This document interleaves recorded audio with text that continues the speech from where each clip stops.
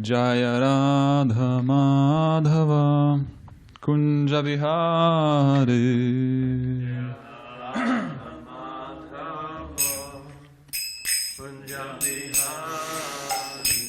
Jaya Radha Madhava Kunja Vihari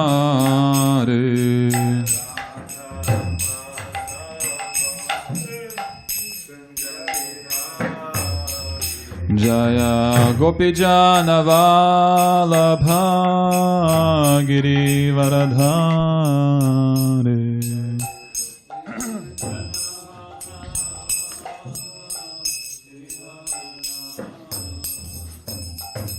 Gopijana Vallabha Girivaradhare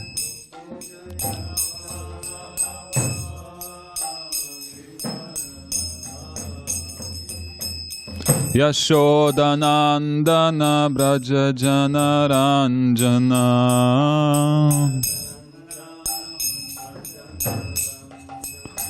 Yashodanandana Braja Janaranjana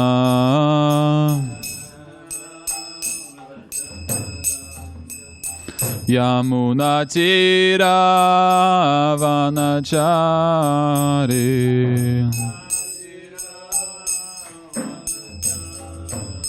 Yamuna Tira Vanachari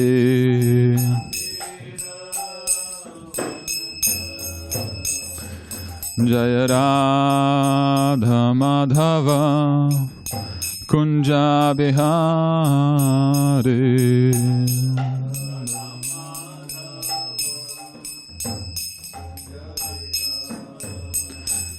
Jaya Radha Madhava Kunja Bihari Radha Madhava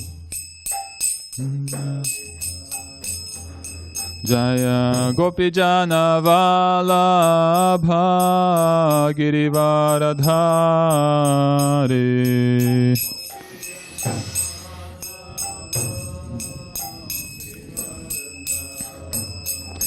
Jaya Gopijana Vallabha Girivaradhare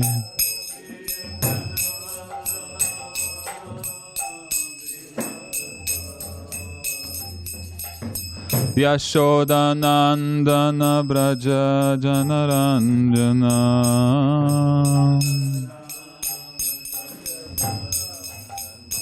Yashodanandana Braja Janaranjana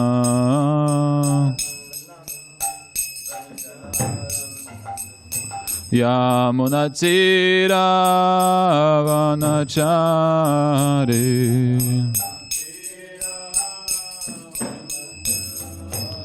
Yamunatira Vanachari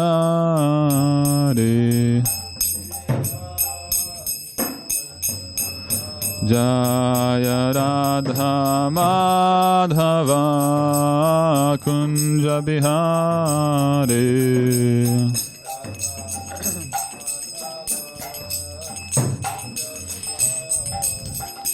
Jaya Radha Madhava Kunja Bihari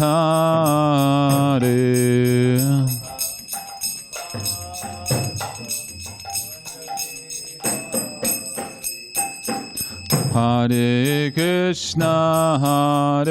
Krishna Krishna Krishna Hare Hare Hare Rama Rama Rama Hare Hare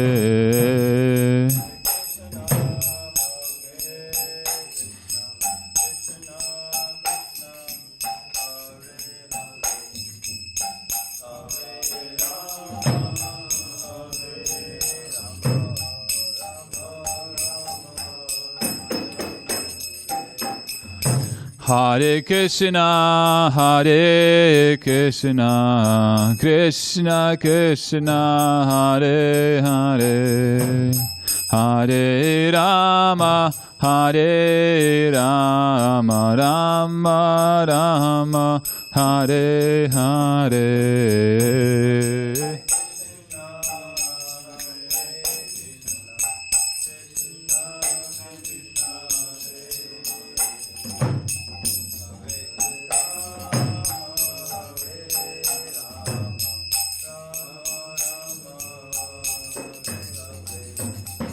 Hare Krishna, Hare Krishna,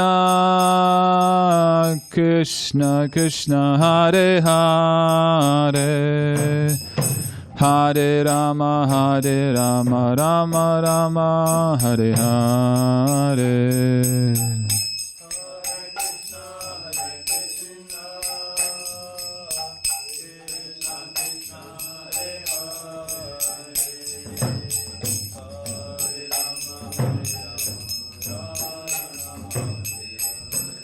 Jaya Radha Madhava Kunja Bihare.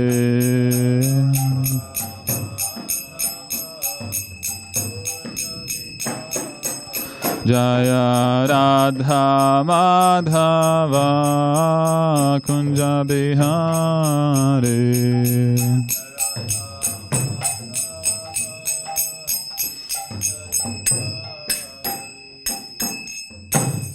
Vishnupad Paramahamsa Parivrajika Acharya Shtotra Srimad Abhayacharanda Swami Srila Prabhupada Ki Jai.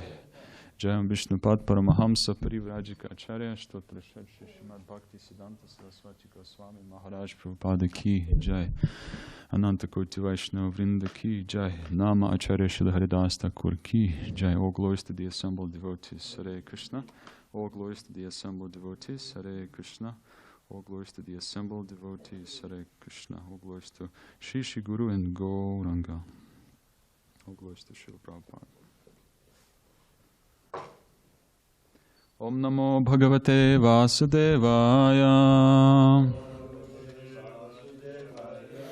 Om Namo Bhagavate Vasudevaya. Om Namo Bhagavate Vasudevaya. So we continue reading chapter 1 of the 10th canto, the Advent of Lord Krishna, introduction. Today we're reading text 18 and 19. So I will read text 18 by myself, and then we can recite the next one together. So, Canto 10, Chapter 1, Text 18. Gaur Butsvashumuki ki na krandanti karunam vibho upastitanti ketasmai vyasanam samavochatam. Translation. Mother Earth assumed the form of a cow. Very much distressed, with tears in her eyes, she appeared before Lord Brahma and told him about her misfortune. Text 19. Brahma tad upadhyayata saha devas taya saha jagama sa tri nayanas Tiram Kshira Payo Nidhe Brahmata Padharyatha Sahadevastaya Saha Jagama Satrinayanas Tiram Kshira Payo Nidhe Brahmata Tupadharyatha Sahadevastaya Saha Jagama Satrinayanas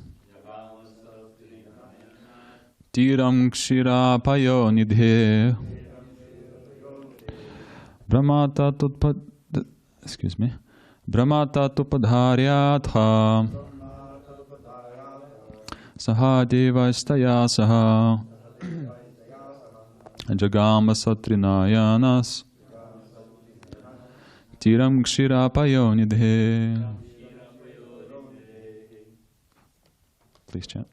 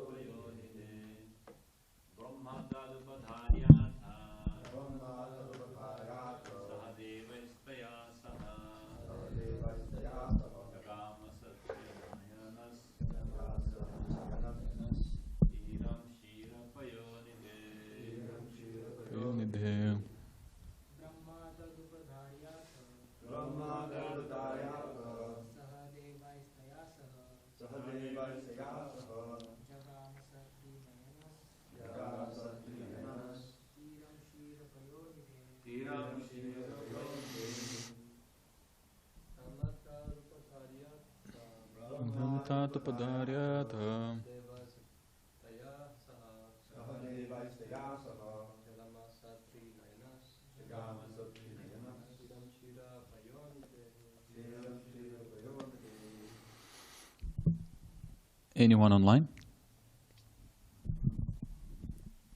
Brahma, Lord Brahma, Tatupadharya, understanding everything rightly. Atha, thereafter. Saha, with. Devai, the demigods. Tayasaha, with Mother Earth. Jagama, approached. Satrinayanaha, with Lord Śiva, who has 3 eyes. Tiram, the shore. Kshirapayanidhe, of the ocean of milk. Translation of text 19. Thereafter, having heard of the distress of Mother Earth, Lord Brahma, with Mother Earth, Lord Śiva, and all the other demigods, approached the shore of the ocean of milk. Purport. After Lord Brahma understood the precarious condition of the earth, he first visited the demigods headed by Lord Indra, who are in charge of the various affairs of this universe, and Lord Śiva, who is responsible for annihilation.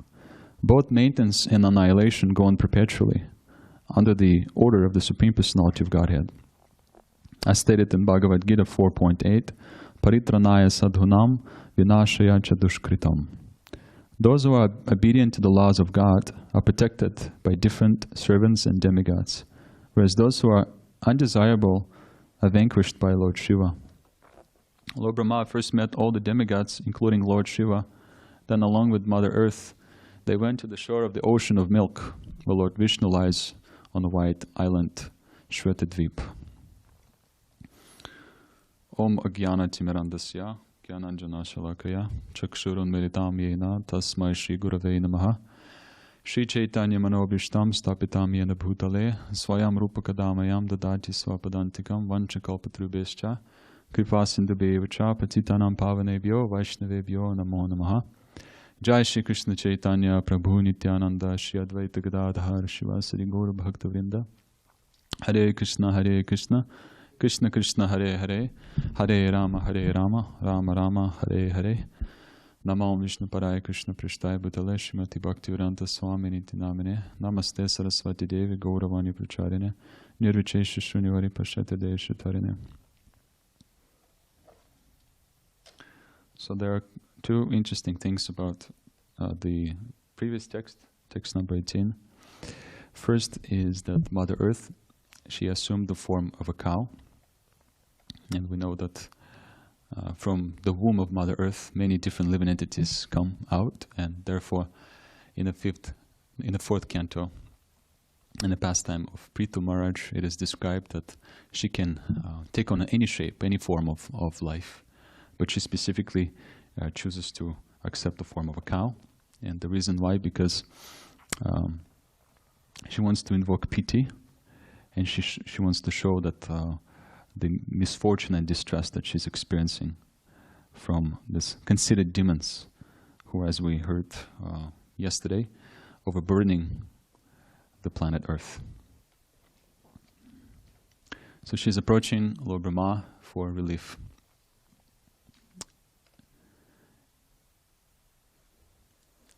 It's described by Jiva Goswami that she was crying and her voice was shaking.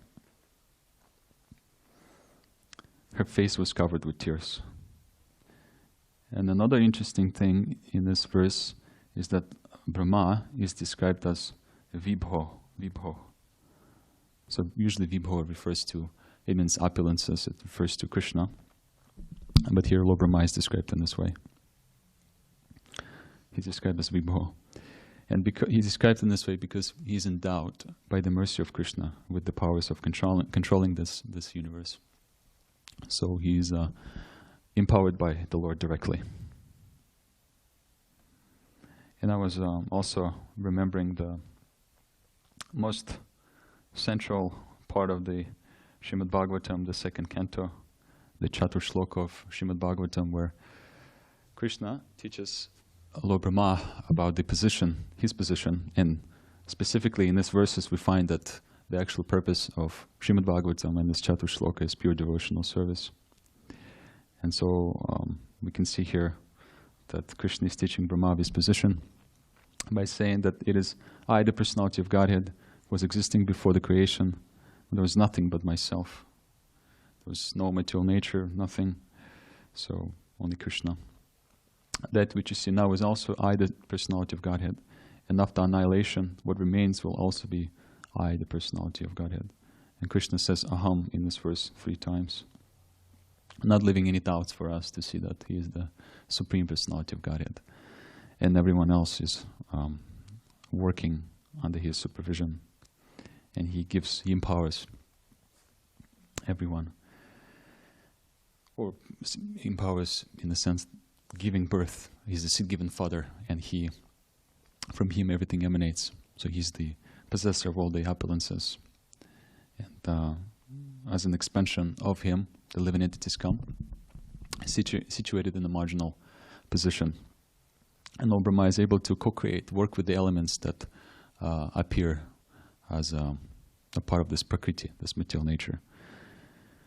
And that happens because, again, Krishna empowers him, gives him the intelligence and realization how to work with those elements and how to co-create.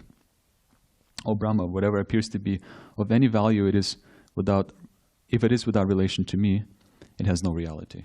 That's a second text of Chatur Shloka. And this is illusory energy. Anything that has no relation with Krishna is a part of his illusion energy. And the third text of Brahma, please know that the universal elements enter into the cosmos and at the same time do not enter into the cosmos. And then similarly, I myself also exist within everything created, and at the same time I am outside of everything. So how do we find Krishna in this material creation is also, there's a hint in this verse. This devotional service sometimes is described as rahasyam. It's a very confidential topic, and even though you might read Bhagavad Gita or Srimad Bhagavatam, well, I guess if you read Srimad Bhagavatam, especially with and Bhagavad Gita with Srila Prabhupada's purports, commentaries, it's quite obvious to see that Krishna is the supreme and pure devotion to him is the goal of anyone. Yet sometimes it is missed. Like yesterday I was at the Balboa Park, and usually on the weekdays we're there at Balboa Park trying to meet people, and sometimes people have misunderstanding or misconception of what is the purpose of Bhagavad Gita. And specifically the goal of Bhagavad Gita, and that we're meant to be eternally pleasing, giving pleasure to the Supreme Personality of God, to Krishna. And everything, our life, our mind, our body, our intelligence, senses, everything is meant for His pleasure. We can engage all this in the pleasure of Krishna. And sometimes people, they think that there has to be some kind of a way for me to also feel happy and for me to dictate my own reality. Like I met this person, he's from Germany, his name is Holger. I don't know if that's how I think you pronounce it. And he is with, he's a PhD. He teaches, he works for a nonprofit organization. It's called International Association for Yoga. There's another word. Anyway, this is kind of some international organization of yoga, and they try to engage people or engage this yoga practice in the healthcare system. They want to prove by their studies and research that it actually can help with chronic pain and cancer and different things like that. So they're working on establishing that, and they have a conference in south of Los Angeles, just taking place Thursday,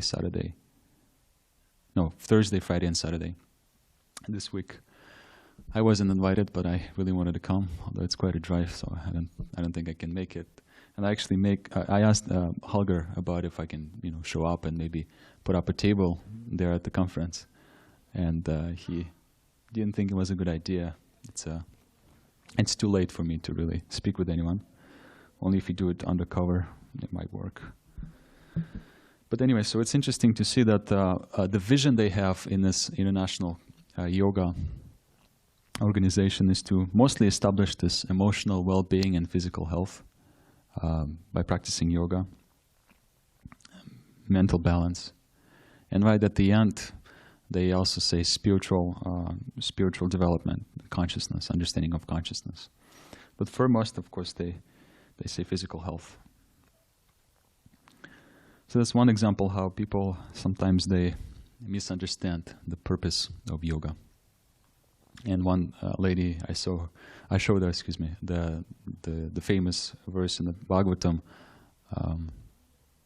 Krishna Swadharma Pagate Dharma Jnana Dipisaha. And I explained that this word dharma means religion. I showed the translation, and she was really in distress about it. Religion, I don't want to see that word, religion. I don't want to have to do anything with religion. So I was trying to tell her that dharma, this is the translation of the word dharma, religion. Eternal occupation we are meant for. We're meant for this. And religion doesn't have to be contaminated by anything impersonal or anything fruitive. It could be practiced purely, as Srimad Bhagavatam establishes that pure religion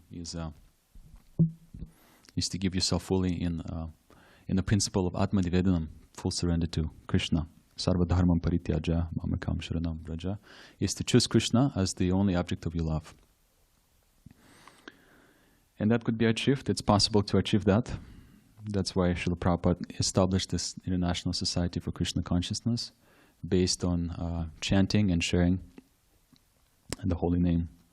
In the third canto, Srila Prabhupada, one of the commentaries, he says, spiritual perfection isn't limited by material qualification, but is developed by dint of one's sincere endeavor to render transcendental service to Krishna. Voluntary endeavor is the only qualification for spiritual perfection. So that's what we are trying to develop by associating with the message of Srimad Bhagavatam and with the holy name, is to see that our desire can be changed, transformed from desiring something of our own to desiring simply to please Krishna. In the last verse of the Chatur Shloka here, it says, a person who is searching after the supreme absolute truth, personality of Godhead, must certainly search for it up to this in all circumstances, in all space and time, and both directly and indirectly. So that should be searched directly and indirectly in all circumstances at all times. This is what Krishna is teaching Brahma. And from the beginning till the end of the Srimad Bhagavatam, we also see that this is a very clear point that Parikshit Maharaj is searching Krishna, the sages at Naimisharanya, they are all searching after Krishna.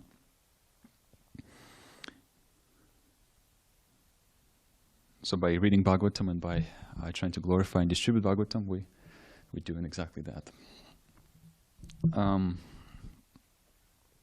In the example of Prithu Maharaj, all the citizens were skinny, and due to starvation, they were really, although they were not lazy, it's described, they were not lazy, they were still adhering to the dharma, to the principles of religion. They were doing whatever is necessary.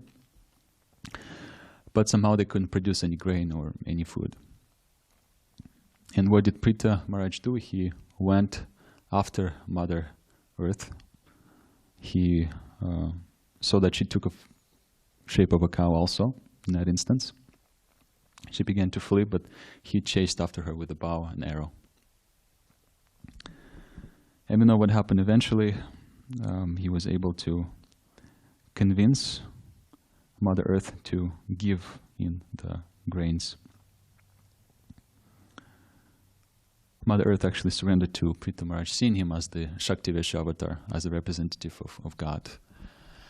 The king, along with Mother Earth, they represent Krishna.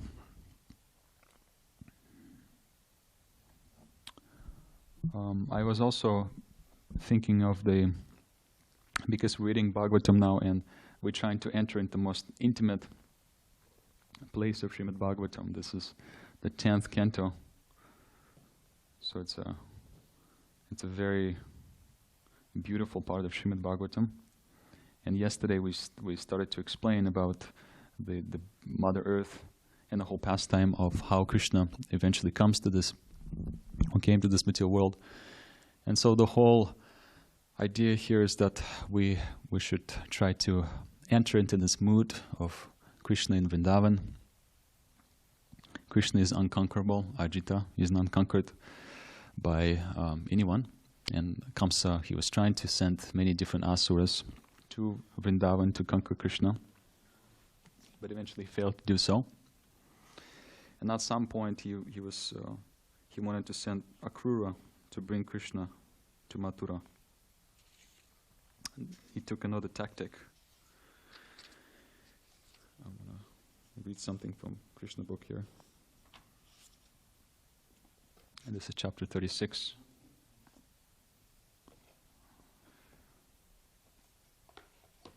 Kamsa sends Akrura for Krishna. And there was one demon, his name is Arishtasura, who came to Vrindavan, and when he came in the form of a bull with big horns, the Mother Earth was trembling as though the earthquake was taking place. And actually it's described in the Krishna book that some of the residents of Vrindavan and the cows, they had a miscarriage because of this Asura coming in to Vrindavan. So everyone was really, really perplexed and scared and looking for Krishna's help. Krishna, please save us of this demon. And Krishna came very heroically, and he did save the residents of Vrindavan. He was communicating with that demon, saying that you're going to try to challenge my authority. And actually when he was communicating with the demon, he put his hand on the shoulder of one of his friends. So he was completely relaxed at that point and confident in seeing that Asura. And that Asura, this Arishtasura, he came forward to attack Krishna. He wanted to use his horns to attack Krishna. But he caught him by the horns and tossed him away. Then he made an attempt again. Again, Krishna caught him, tossed him away, broke the horns, and bit him to death until he was bleeding from his mouth. And that way, Kamsa was confident, especially because of Narada Muni, his presence. Narada Muni came to Kamsa and told him that all of your attempts are fruitless. Vasudeva actually has tactfully, he has hidden Krishna in Vrindavan, out of your sight. Krishna and Balaram are there. So at that point, Kamsa, the reason why Narada Muni did that, he wanted to expedite things with this pastimes. He wanted Kamsa to be gone and Krishna to take over. So Krishna was supposed to be brought to Mathura by Kamsa's servant. his servant, minister. His name is Akrura. Actually, all the Kamsa's ministers, they were able to change their body. They changed their body at will. And Akrura was capable of that too. So the idea of Kamsa was to bring Krishna and Balaram to Mathura, and then with this wrestling match, kill Krishna there. But of course, we know that it couldn't have happened. It's not possible. So in this a part of Srimad Bhagavatam and also a part of Krishna book, when especially Akrura arrives in Vrindavan, Srila Prabhupada, he speaks of the mood that all the devotees should have while they're trying to enter into Vrindavan. Actually, Akrura was feeling completely unqualified when he was riding that chariot to bring Krishna to Mathura. Kamsa gave him this new chariot. He's never ridden on that chariot before. Anyway, so Akrura is feeling that he's just a materialist. He's just engaged in sense gratification. He doesn't feel himself completely fit to do that service, although he was considering the fact that Kamsa favored him in this way to send him to Vrindavan. Great sages and saintly persons, they were liberated simply by meditating, simply by seeing the shining nails of Krishna. And Akrura went in Vrindavan. It was already getting late in the day. And the first thing that he saw was the lotus prince, the lotus feet, the prince of the lotus feet of Krishna. And he came down from the chariot, and he put his face on the ground and he started rolling in that dust. It's also described that the lotus feet of Krishna, the footprints, are there all over Vrindavan, because when the residents of Vrindavan, they always sweep the ground there. As soon as they see the footprints, they never touch them. They always leave them there. So all over Vrindavan, the footprints were there. And also there was an instance with Mother Yashoda, who was seeing Krishna playing with the cows, and he was barefoot. And Mother Yashoda, she was asking Krishna, why don't you wear shoes? Why are you barefoot? You're going to hurt your lotus feet. Why don't you wear some shoes? In Vaikuntha, we know that. In Vaikuntha, Lord Vishnu, he wears sandals, right? So, but in Vrindavan, Krishna is barefoot. Lala, please come back and wear some shoes. And Krishna's, he said that, well, my cows, they're not wearing any shoes, so I'm also not going to wear any shoes. If you put the shoes on the cows, then I will do that. So therefore, one of the most important thing when we're trying to meditate on this pastimes of Krishna in Vrindavan is to be in the proper consciousness. Srila Prabhupada often points out to be very submissive and humble, to be grave in some way also. That I'm unfit for the service, I'm unfit to be in Vrindavan, I'm unfit to worship Krishna, but somehow by the mercy of the Acharyas, by the mercy of Guru Parampara, I got this opportunity. So he describes that as soon as one reaches the boundary of Vrindavan, you should immediately smear the dust of Vrindavan over his body without thinking in this material position and prestige. So you cannot just purchase a ticket and go to Vrindavan. We have to be trained. We have to be prepared to enter Vrindavan. And that is shown by the example of Akrura. And then it's described later in the chapter that Akrura was rolling on the ground and getting all this dust of Vrindavan, Krishna's lotus feet. And after that, he saw Krishna and Balaram milking the cows. And they invited him, they took him, Balaram and Krishna, they took him by the hands. And they put him into a comfortable chair. And actually they worshipped him. They worshipped Akrura. So this is a beautiful example how if we do have that mood of being submissive and mood of a servant, then Krishna will bestow mercy upon us. And in this way, Akrura was accepted by Krishna in Vrindavan. Although in the beginning he was thinking that I am actually coming here as a servant of an enemy of Krishna. I'm kind of doubtful whether Krishna will accept me or not. So he's meditating like this and praying to Krishna that I hope that Krishna will understand my intention, my devotion, that I come actually with nothing but the service attitude. And I'm not agreeing with the plan of Kamsa. When he heard about Kamsa's plan, he told him that yes, you might desire this to happen. You might desire to bring Krishna here to Mathura and do what you told me you'll do. But actually, everything is sanctioned by God eventually. So if God is not willing that, then it might not happen.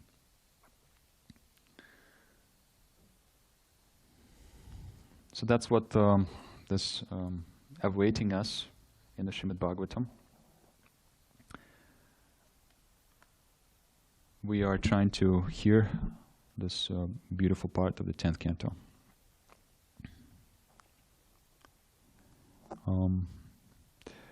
Mother Earth assumed the form of a cow, very much distressed, with tears in her eyes. She appeared before Lord Brahma and told him about her misfortune.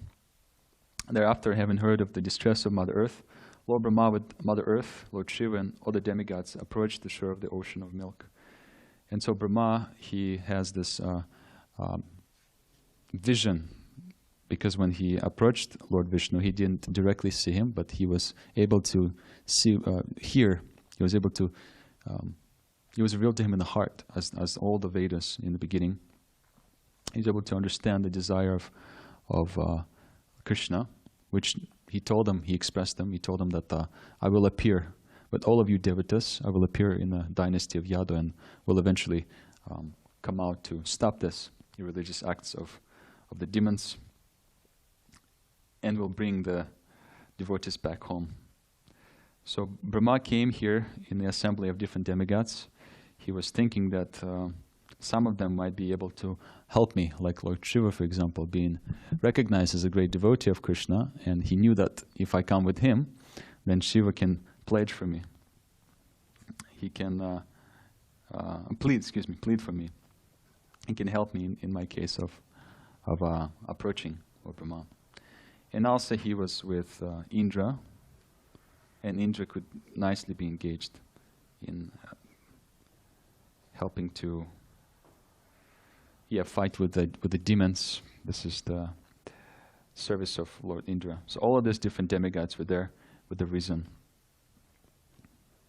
Krishna is mercifully instructed Brahma, and then in exchange Brahma also was able to relate that message to everyone else. And now we're also hearing this. We're very hopeful that on the pages of Srimad Bhagavatam, when Krishna appears directly himself, he will also bestow mercy upon us, and whatever tendencies, materialistic tendencies, or whatever imperfections we have might be subsided by our association with Krishna on the pages of Srimad Bhagavatam. So I think that's what I'll end here. That's all I really prepare for today. We'll be hearing more on what happened at the shore Dvip and for the classes. But I'll stop here, and maybe if there are any questions or anything that you would like to add on top of what I said. Matthias.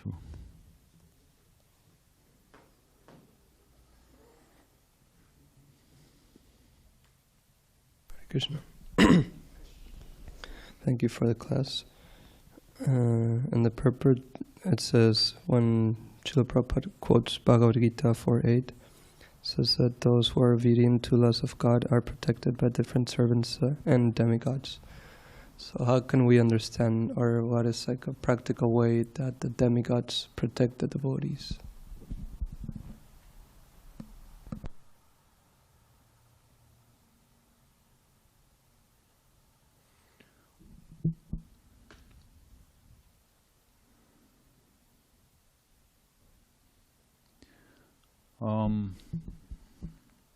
Would you like to say anything to it? I hesitate to say, but would you like to maybe comment on this?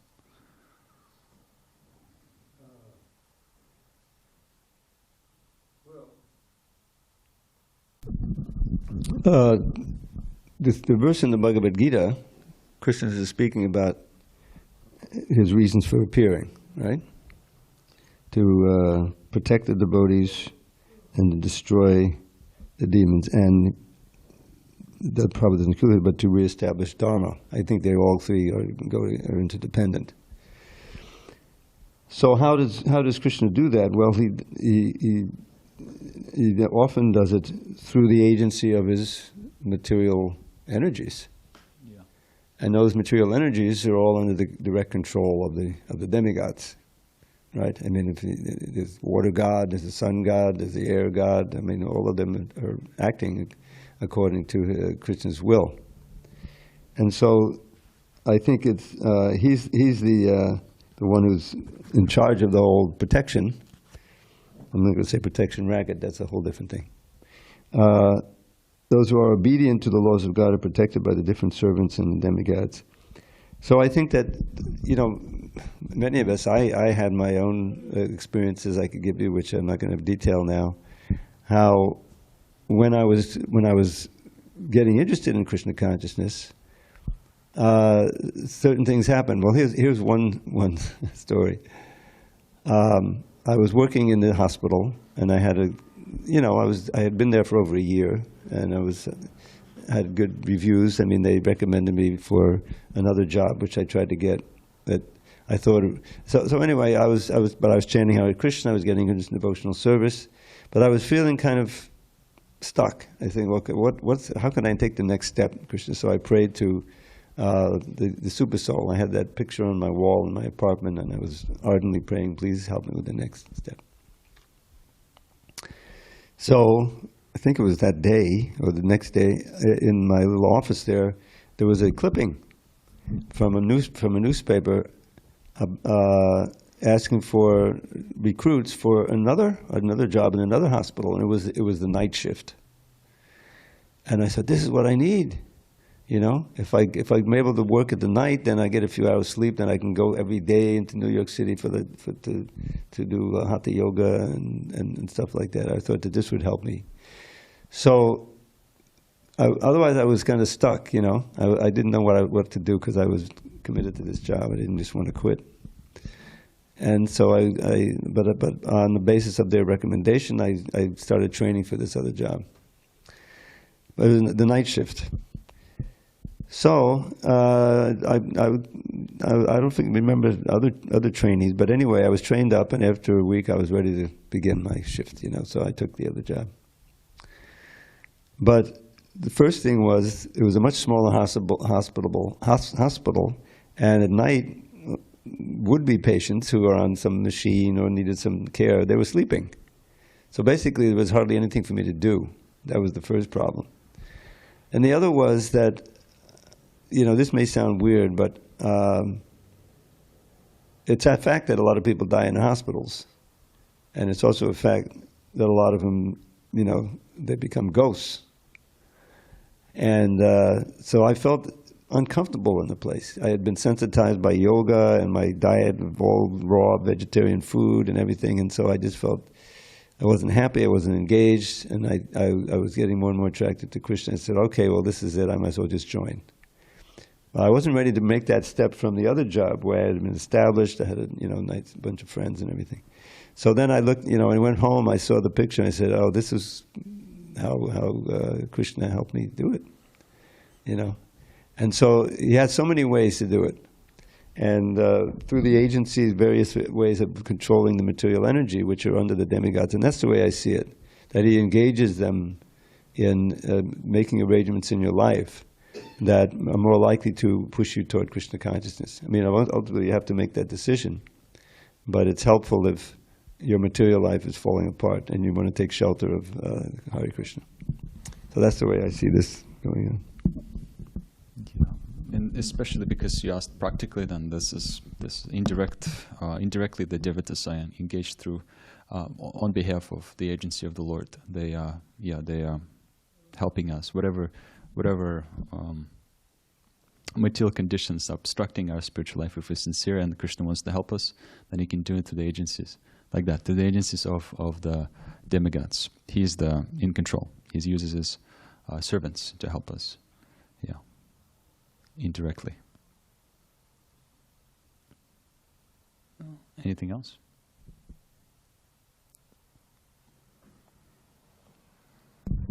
Looking at this area that Matthias Prabhu was bringing up, after quoting that verse 4.8, then the part that Matthias was reading, those who are obedient to the laws of God are protected by different servants and demigods. That, just on its own, it looks like a description of karma. And so I would have been tempted, if someone were to ask me, oh, what does Srila Prabhupada mean when he says, those who are obedient to the laws of God are protected by different servants and demigods, whereas those who are undesirable are vanquished by Lord Śiva. That looks like a summary of how karma works. And so when, like, obedient to the laws of God, that's like, okay, like the karmic laws. Not that this is describing what happens, not this is touching on devotion or not. And so it's interesting to me that this line, this sentence is following up a reference to 4.8, where it's talking about Krishna appearing to protect the saintly people and then annihilate the demons. That's, I guess, I mean, is it meant to be saying that Shiva is outside of karma? So this is not a matter of karma. This is like Shiva punishes those who are not devotees of Krishna. Is that what it's referring to? And that when we're talking about being obedient to the laws of God, they're protected by different servants. Like, it's been brought up before in purports that the devotees of Krishna also, these verses about Krishna's appearances, these also apply to the devotees. That they also appear to reestablish the principles of religion. They also fight demons and so on. I'm just not sure which way this sentence is meant to be taken.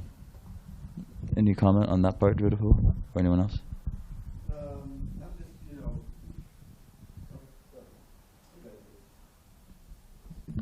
Yeah. And I guess what's even better is Matthias's question, like how do we practically, what's a practical example of something of what's being described here? I'm not sure. Yeah, I was just basing my reflection on this Paratranaya sadhanam, because he's talking about the obedience to the laws of God. Okay, those are the sadhus. They may not be pure devotees at this time, but they're protected by Krishna through his agents, and sometimes directly, like we see with Nrsingadev. That's very direct. But oftentimes, Krishna will have the agents, those who are in charge of practical management of the material energy, arrange things so that it looks fortuitous, but it's not an accident that you happen to I mean, I kept running into the devotees. I was interested in it, and somehow or other, I go home to say, let me watch a little TV at my parents' house. Turn it on, and there's that show, that famous show from David Susskind, And so, I mean, later on, I saw that this was a way in which Krishna was attracting me and helping me to surrender. So that, and ultimately, I felt the protection of Krishna through his, through Srila Prabhupada's society. So that's the way I'm connecting those two. Those who are obedient to the laws of God, those are the sadhus, are protected by different servants and demigods, because he's talking about protection. Padatanaya means protection. So they're the agents of Krishna in protecting his devotees or those who are becoming devotees, and that's how it works. Maybe one of the reasons why I'm asking is I think if I was on the Vyasa right now and Matthias asked me, I would have, in an attempt to immediately answer, I think I would have answered incorrectly, and I would have answered that those who are obedient to the laws of God are protected by different servants and demigods. This is just the standard case. This is just, I would have answered this just, what's an example of this? Those who are just have any kind of good karma. That's how we understand where it comes from. And I would have explained it all in terms of karma, because that's what the sentence looks like. But then that wouldn't make sense, because that's already covered by karma. Krishna doesn't have to appear for that. Yeah. Exactly. So an example, but so you're saying your example is going beyond that, I guess? Well, yeah. I mean, those who are obedient to the laws of God are devotees. They may not be fully obedient. They may be, but they're protected in various ways. And I was just giving some of my own experience. But what kind of protection do they need? Well, sometimes they need, to protect their lives. As Nrsingadev did. Of course, he did that directly. But in other ways, to protect their budding interest in Krishna consciousness. They're also sadhus. In other words, Krishna is interested in those as well. Those who are able to actually surrender. So I'm seeing it like that because of the proximity of the argument of the sentences. Yeah. Yeah, it's because it's funny to me because just that this is put right next to that 4.8 verse, because even when talking about being annihilated, generally when that verse is coming up, it talks about how Krishna himself appears to protect the devotee, when Krishna himself appears to annihilate the demons. And then this is talking about how those who don't follow the gods, they're annihilated by Shiva, like a servant of Krishna. And then also those who are obedient to the laws of God, they're protected by devatas. And so like both the protection and the annihilation are both coming from devatas, which then just looks like karma to me. So that's, I guess, when is it that the devas are doing something because it's karma, and when it's because it's a devotee? It seems like they just do both. Well, there's a whole bunch a lot of karma that's not really, it's good karma, bad karma. It's not related directly to devotional service. When people are very kind, they're generous, they sacrifice for others, that's good karma. And who's going to see that they get their just desserts, if you will? Not Krishna directly, but his agents through the agency of the material world. That's the way I see that. But here, Krishna said, those who are obedient to the laws of God, well, that's beyond good karma. That's really devotion. So they may not be fully obedient to all the laws, right away, but they're protected by the various servants and demigods. Means that they intervene in their lives either directly or indirectly to help them move toward Krishna. And that's the way I see that's the best protection. Because the more they come under the real ultimate shelter of Krishna, then you're really secure. Because when you begin, there's so many doubts and this and that, and you need help. Anyway, that's what I'm getting from this, because it can be read in different ways, I think.